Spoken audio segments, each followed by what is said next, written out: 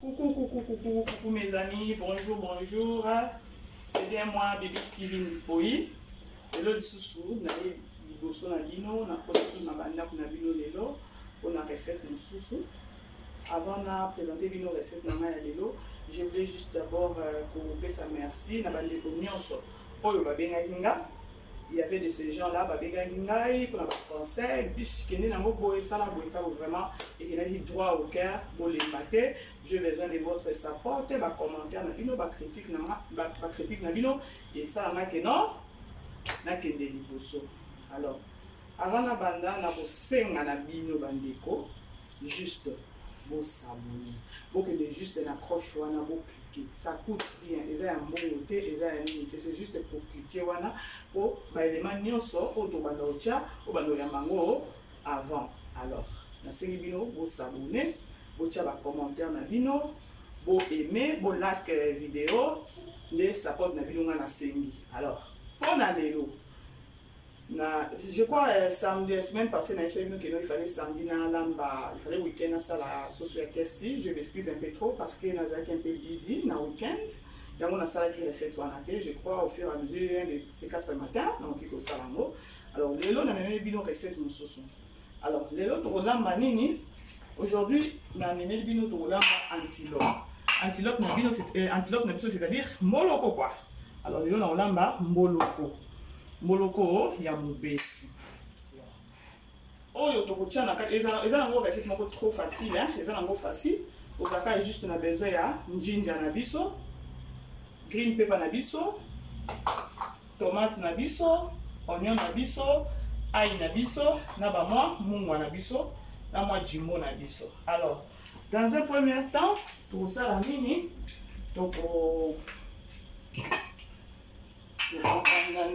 Notre maman matungulu muke,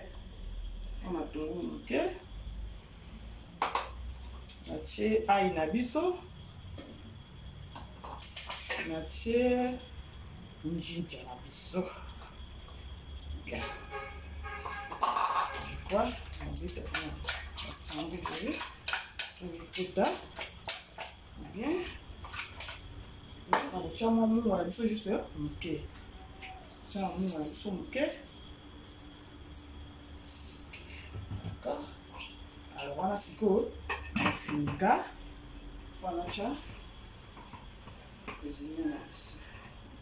On a l'ambi, antilope, molo quoi, yambis. Et lui, tu n'as plus de choses, wapi, aussi molo quoi, na wapi. Vraiment, on a zolambi, la bino antilope, c'est bon. Natie antilope na moto.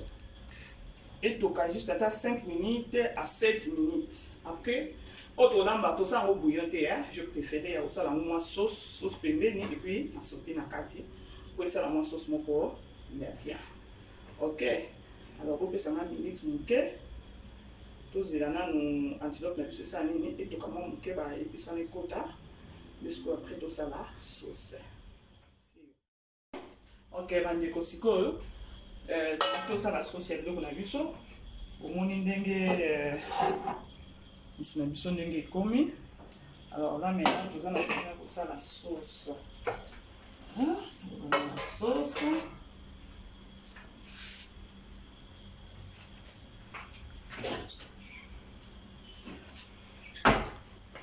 mafuta nde ezala problème. Il faut toujours kotiaka mafuta moke na biloko parce que mafuta comment on fait mafuta eza bien te pour la santé, c'est pour votre attention.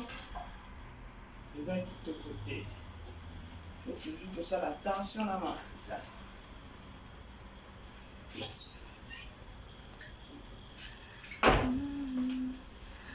Na yo qui va déconfiner ba tumsusu ba to salon, ba sala biso suki. Bazoni na misala oto nyo kwa maki 3 mois mobimba na on sa suki vraiment je crois que samedi faut que ça na suki pour la salon on nyonso bazoni na misala maintenant là tout ça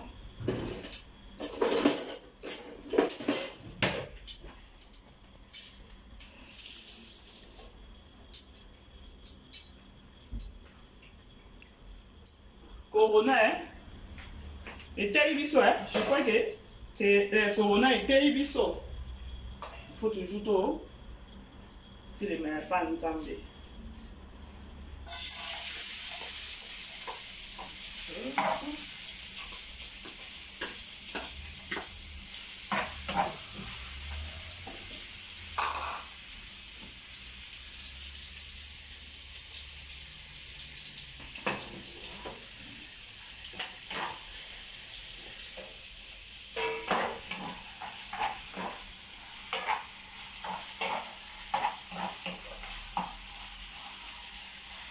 Nalinga matungulu mingi na biloko nayeba te pourquoi.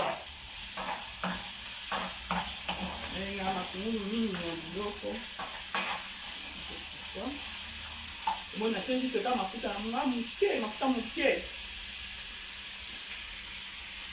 Un petit peu.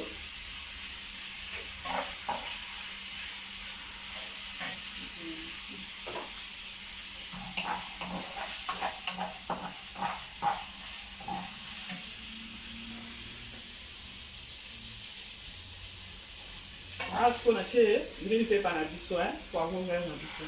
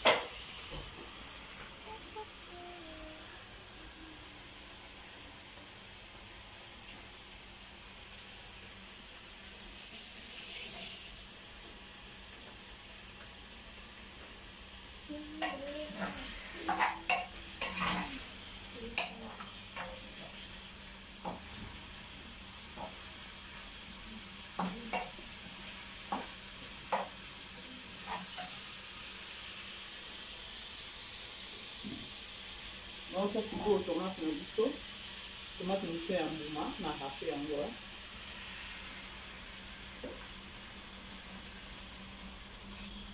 Une dame pour moi. Tu vas le mettre.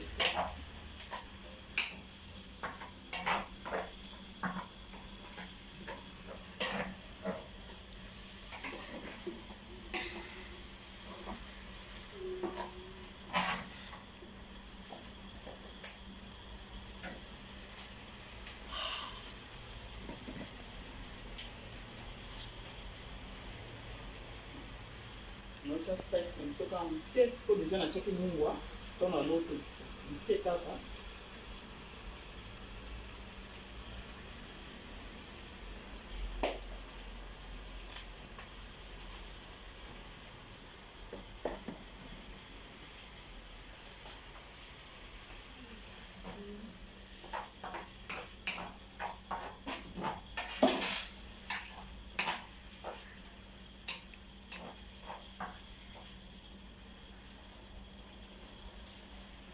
Voilà, tu vas poser la main au cœur.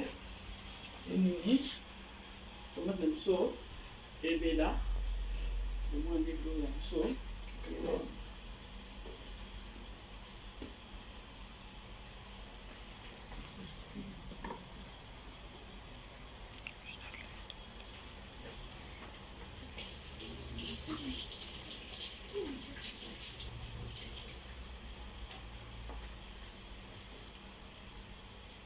Ok, bandeko na ozongela bino dans quelques minutes, na ozongela bino.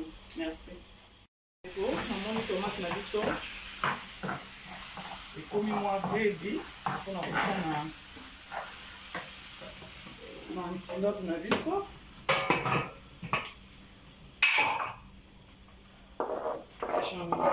Antilope na biso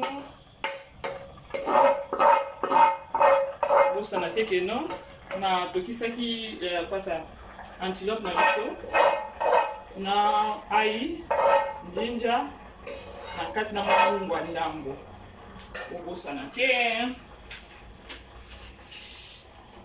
Maintenant bon là comment est-ce que ça dit sauce à ail té donc na conseil déjà nous souvenir nini na ail na moi j'ai dans le biso. Je mets juste un peu d'eau là.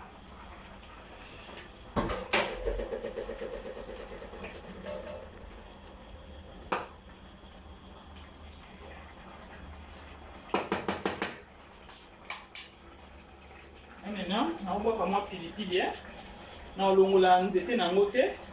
On va comme pilipili. Ça va bien.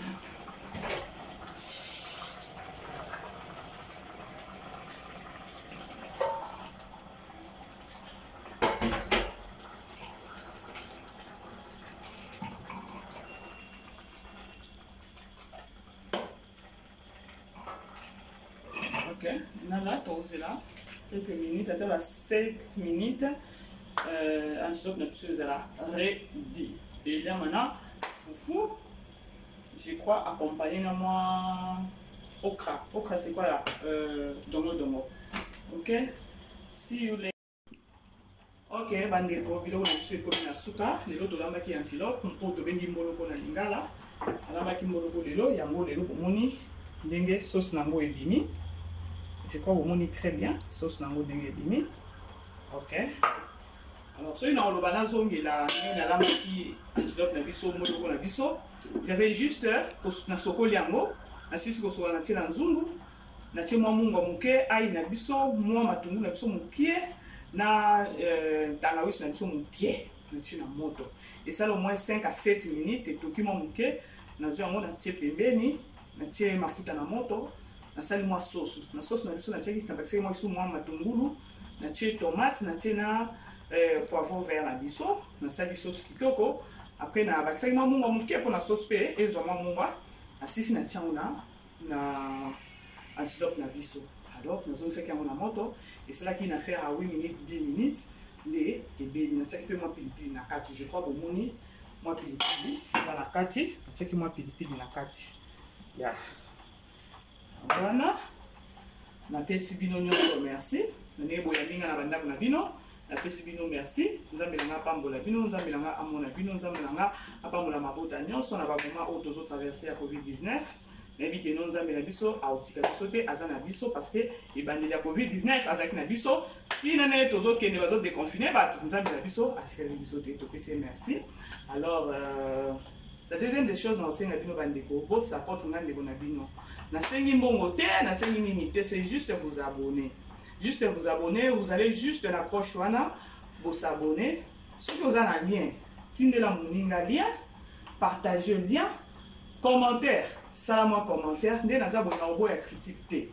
Ezala ya malamu, ezala ya mabe, ngana oyambango kaka. Alors naza na besoin de support na bino na ndenge wana. OK. Kobenga na boite kobenga. Ça sera aussi mieux na mona bino bokomi kuna na monike na mutu te la komaki na oboya te. Na sepeli makasi na bao babenga kingai, ba critique na ba conseil, ya mbaki yango mais musala les zones na ne bandeli au fur et à mesure nous se allons poser. Merci Nzambe apambola.